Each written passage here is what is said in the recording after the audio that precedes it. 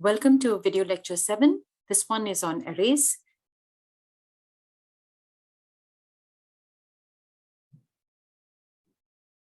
All right, so here's the example in which I'm creating an array called main. I can initialize the array in this way. So I have main array, which contains 4 elements. I'm going to remove this hello world. We don't need hello world right here. And I would like to print out the array. Know that if I import java.util.arrays, there's tons of array methods that are available to me. I can use the Tostring method, pass the array, and have it print the array in a very neat format with rectangular brackets.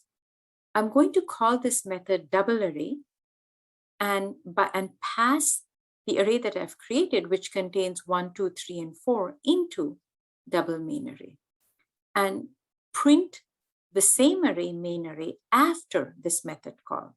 So this array has been created, it's going into the method, and then we're going to print it after. What does double array do? So it takes in, know that main array is the name in the main program. The address is passed into the method. Inside the method, it's called in array. That doesn't matter. In the end, what's going to happen is that the address of main array is going to be the same as the address of in array. And both of them are going to be pointing to the same location. So basically what's going to happen is that we have the address of main array and in array are going to be the same. So,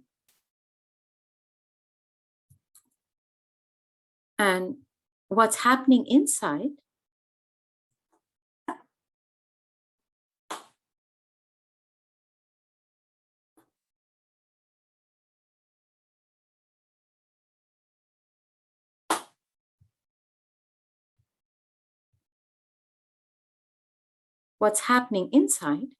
is that we are traversing through the array, so the entire length of the array, and saying for every element, double the value and store it in the same spot, and then add and accumulate the total as we go and print the total.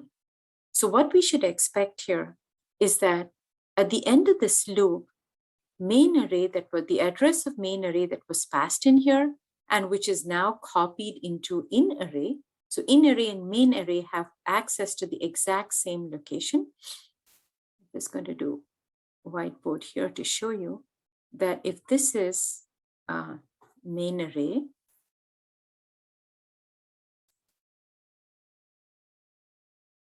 and in array are both pointing to the same array. And this had 1, 2, 3, and 4.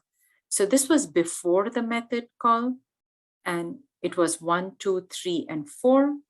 Now in array, inside the duplicate method, is going to access this location and change this to 2, 3, 2, 4, 6. It's going to overwrite everything.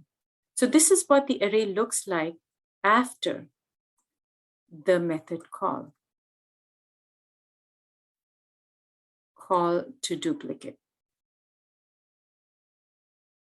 And when it exits the method, when main array in the main program, now when we come back to the main program and we try to access the main array, we find that the value has gotten changed.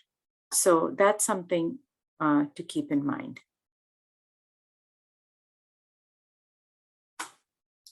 So let's run this program.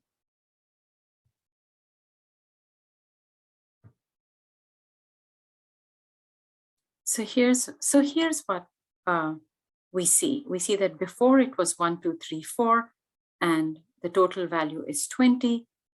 Because when you add 2, 4, 6, and 8, that's 14 plus 6, and that's 20. And that's exactly as we expected it to be. So let's go and look at another.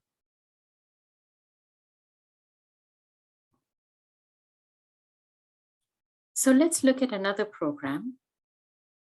And what this does is this also demonstrates to us the various methods that are available to create arrays, to fill them, to sort and compare, and format them for printing using java.util.arrays. So here's what I'm going to do.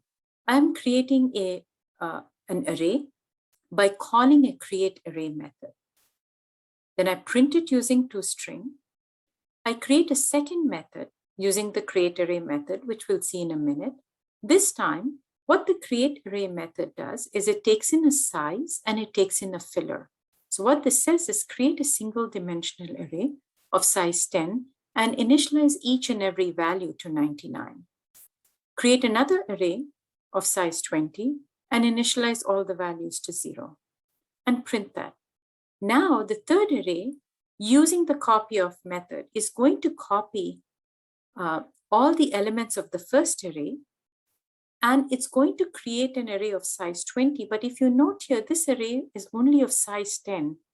And the question is, what is it going to do? Will it give us an error? What copy of does is that if you give it a size, it will create an array of that size and copy as many as are available out of the array that's given to us. So, and it will fill the additional elements with a filler, which is 0. And now here, print the third array. I would like to sort the third array. So going back to third array, if it's a copy of the first array, it's going to have 99, 10 elements that are 99, and the rest of the 10 elements are going to be zeros. So our array is going to look like 99 10 times and then 0 10 times. And now what I'd like to do is I'd like to sort this array.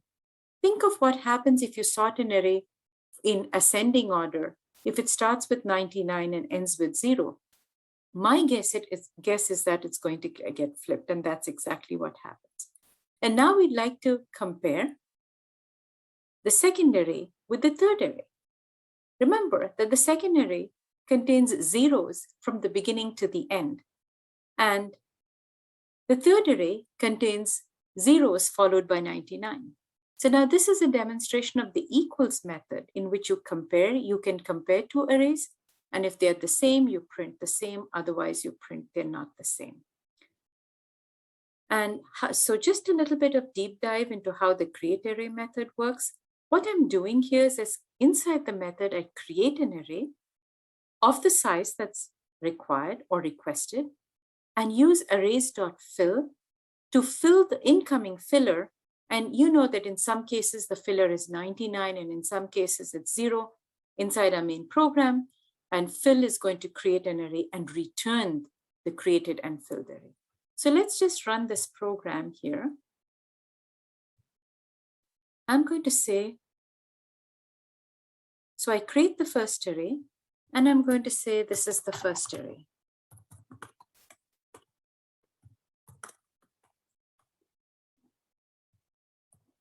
And then here, create the second array and print that.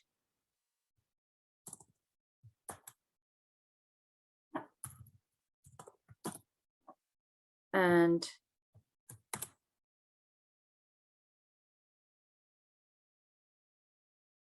then print the third array because we are copying. And now let's run the program and see what we are getting.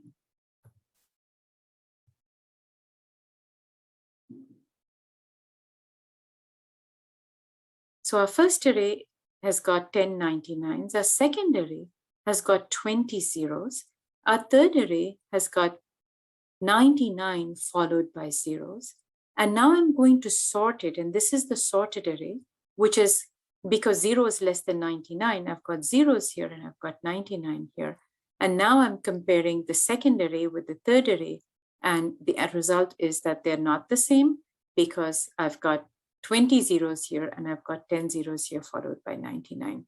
So I can use, so this is a demonstration of how you can use the toString method, you can use the copy of method, and you can use the sort method, you can use the equals method, and you can use the fill method to do to create, compare, and sort arrays.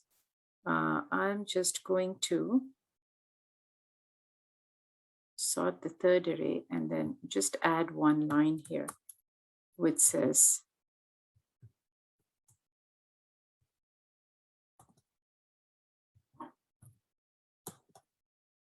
third array, and I'm going to say this is sorted. All right. So this was about all the methods that are available to us for one-dimensional arrays. Now let's take a peek and see how to deal with two-dimensional arrays. What I've got here is I'm going to create,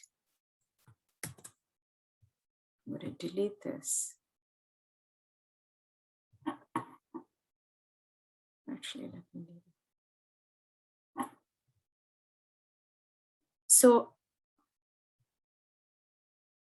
let's create a two-dimensional array right here. This is called a 2D array. It's got rows, 3 rows and 4 columns. So I'm going to go into my whiteboard here. And this is what my 2D array is going to end up looking like. It's going to look like a matrix with 3 rows with index 0, 1, 2, and 0, 1, 2, 3. So this is my 2D array. Now each cell has got a location, address. This is what it's going to look like.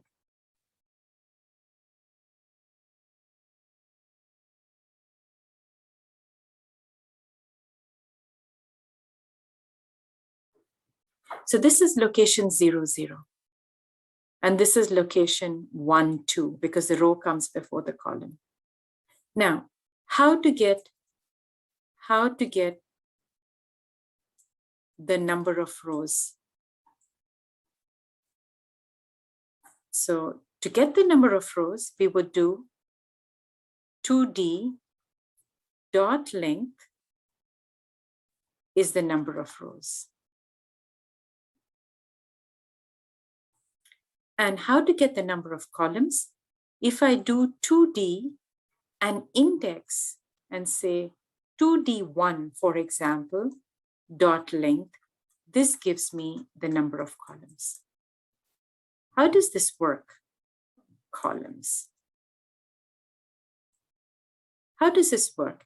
2D dot length says what is the length of this array, i.e., how many rows are there? There are 3 rows. And then when I do 2D1 dot length, what I'm saying is go into 2D1 is a one-dimensional array. It is this array. And when you do 2D1 dot length, then you're actually saying how many elements are there inside this one-dimensional array. And that's 1, 2, 3, 4. And this is going to be 4. So know that when you index into a two-dimensional array, you're actually getting a one-dimensional array, which is that particular row. So that's a useful thing for us to know. Now I'm going to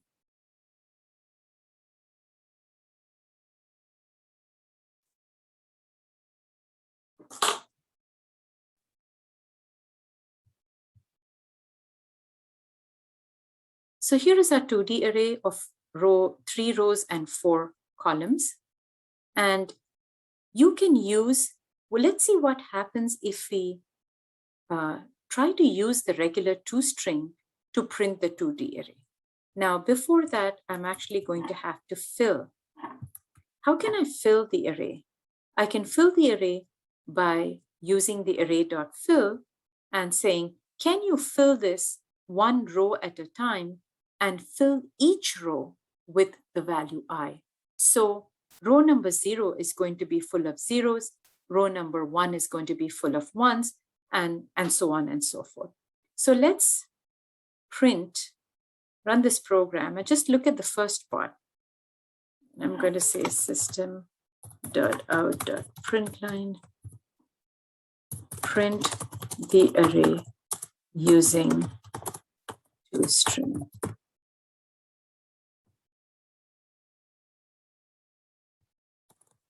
row by row using Tostring.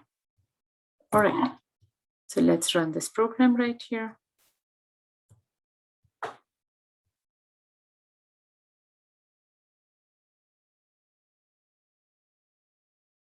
So printing the array row by row using Tostring gives us zeros, 1, and 2. That's exactly what we did when we used arrays.fill.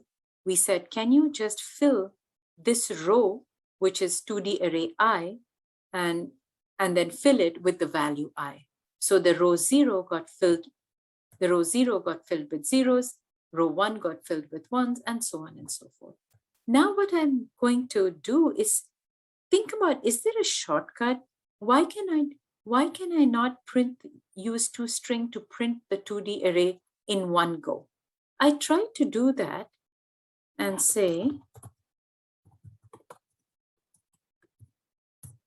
print the 2D using Tostring. And you will see that we get some very funny results here. In fact, this is what we get.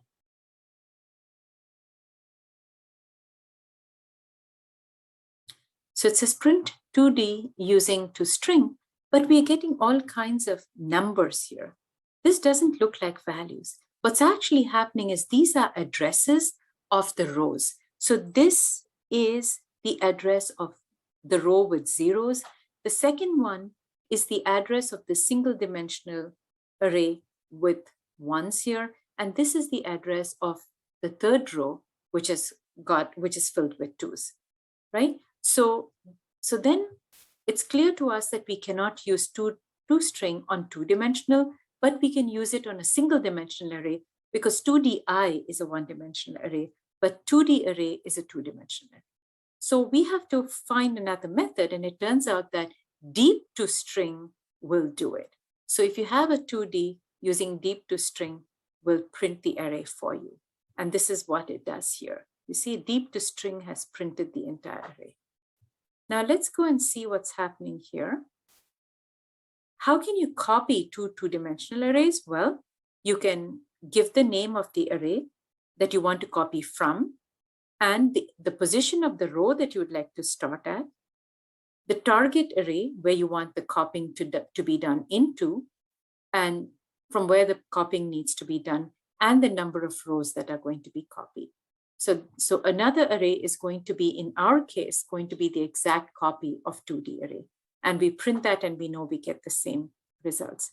And then deep equals instead of dot equals. Remember, for the single dimensional array, we had used dot equals, but here we can use deep equals, and that compares two-dimensional arrays, and it prints them out. And as you can see here, these two arrays are identical. This is the 2D array, this is the another array, and both of them are exactly the same. So with that, I'd just like to quickly show you some code that you have available to you. This is the solution to Magic Square, and Magic Square is one of the exercises in Practice It. You would be very well prepared for exams if you were to go over this code. What I will just go over really quickly is how can we traverse a two-dimensional array, and that should be of help to you for array problems. So if I have an array which looks like this, let's say 0, 1, let's say 1, 2, 3, 4, 5, 6, 7, 8, and then 3, 4, 5, 6, then this is a 3 by 4 matrix. If I'd like to traverse this 3 by 4 matrix, then what I need to do is I need to use a nested loop. And what moves faster is actually columns. So my columns are going to be inside, and what moves slower is the rows. So I'm going to go row by row, but when I reach the first row, I'm going to move through the columns and then move on to the second row. So what I'm going to do is here for rows equals 0 to, there are 1, 2, 3 rows. So I've got to go from 0 to 2. Rows is equal to 0, rows less than 2, and rows plus plus. And then nest that inside for columns, or just let's say cols equals to 0, cols less than 3, cols plus plus. Then what I'm doing here is I can just say system.out.print. Let's call this 2D array row and col. And this, when you're done with the columns, I'm just going to add a system.out.println, and that's it. And if I use this code, then I can see that it's going to print, it's going to start with row number 0.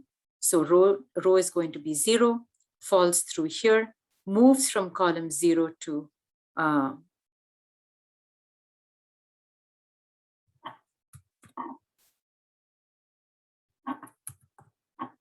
moves from column 0 to 3. So 0, 1, 2, 3 at row number 0.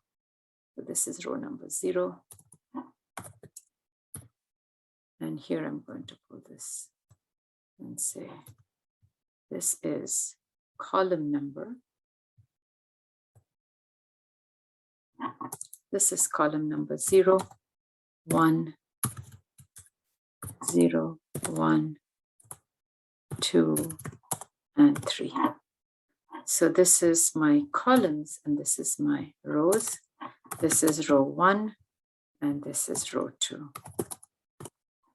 So here, so I start with row equal to 0 and then I fall through here, column number 0, go through 0, 1, 2, and 3, print out those items, and then I'm going to give a new line here, go back, row is going to be equal to 1, so I move here, and then I'm going to scan from column number 0 all the way to 3, and then print out all of those elements. So print 5, 6, 7, 8, come out of that, come out of this inner for loop, print a new line, and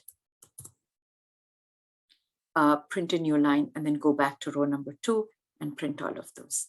So this is the way you would traverse your two-dimensional array. And you know that if you want any specific, let's say I would like to access this element 6, I know that this element is at row 1 and position column 1. If I'd like to access 7, then it's at row 1 and column 2. So if I'd like to print this, like 7, I can say system.out.println 2D array,